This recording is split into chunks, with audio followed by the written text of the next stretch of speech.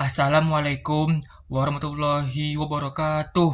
Nama saya Yogi Sanjaya dengan NIM 12-12-07-11-004 akan membuat tugas video mata kuliah Sistem Pemilu yang berjudul Sistem Pemilu Proporsional. Baiklah, saya akan menjelaskan sedikit tentang sistem pemilu proporsional. Sistem pemilu proporsional adalah metode pemilihan umum di mana kursi di badan legislatif dialokasikan kepada partai politik atau kandidat berdasarkan proporsi suara yang mereka terima. Berikut adalah beberapa karakteristik utama dari sistem ini. 1. Representasi yang adil. Setiap suara dihitung secara langsung dalam alokasi kursi, sehingga lebih mencerminkan keinginan pemilih. Yang kedua, partai politik pemilih biasanya memilih partai bukan kandidat individu. Kursi dialokasikan kepada partai berdasarkan jumlah suara yang mereka terima. Tipe alokasi. Ada beberapa cara untuk menghitung alokasi kursi, termasuk metode D'Hondt, Sainte-Laguë, dan metode lainnya. 4. Kelebihan mendorong keberagaman partai di legislatif, memungkinkan suara minoritas terwakili. 5. Kekurangan potensi untuk menciptakan fragmentasi politik dengan banyak partai kecil.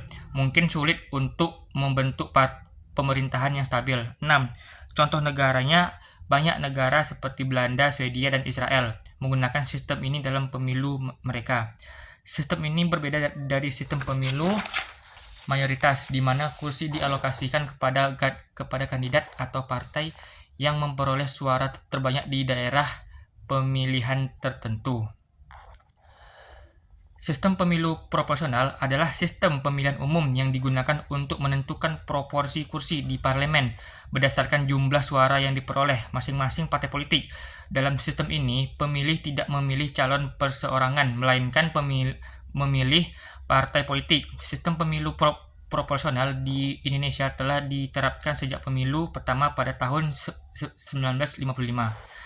Sistem proporsional terbuka dan tertutup. Sistem pemilu proporsional dibagi menjadi dua jenis, proporsional terbuka dan proporsional tertutup. Proporsional terbuka.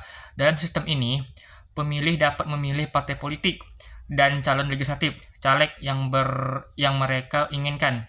Pemilih bisa memilih caleg berdasarkan nomor urut, nama, atau foto caleg yang tercantum dalam surat suara. Caleg yang memperoleh suara terbanyak dari partai politik tersebut akan terpilih menjadi anggota dewan. Sistem proporsional terbuka telah diterapkan di Indonesia sejak pemilu 2004. Proporsional tertutup. Dalam sistem ini, pemilih hanya dapat memilih partai politik. Daftar caleg tidak tercantum dalam surat suara, dan partai politik yang menentukan urutan caleg yang akan terpilih berdasarkan jumlah suara yang diperoleh partai. Sistem proporsional tertutup diterapkan di Indonesia selama masa Orde Baru 1971 dan 1997. Perbedaan sistem proporsional terbuka dan tertutup. Perbedaan utama antara sistem proporsional terbuka dan tertutup terletak pada peran pemilih dalam menentukan caleg yang terpilih. Dalam sistem proporsional terbuka, pemilih memiliki peran yang lebih aktif dalam memilih caleg yang mereka inginkan. Sedangkan dalam sistem proporsional tertutup, peran pemilih terbatas pada memilih partai politik dan partai yang menentukan caleg yang akan duduk di parlemen.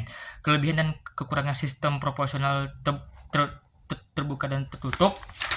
Sistem proporsional terbuka. Kelebihan: memberikan kesempatan bagi pemilih untuk memilih caleg yang mereka inginkan secara langsung, meningkatkan derajat keterwakilan di parlemen, mendorong caleg untuk lebih dekat dengan konstituen, dan meningkatkan popularitas mereka.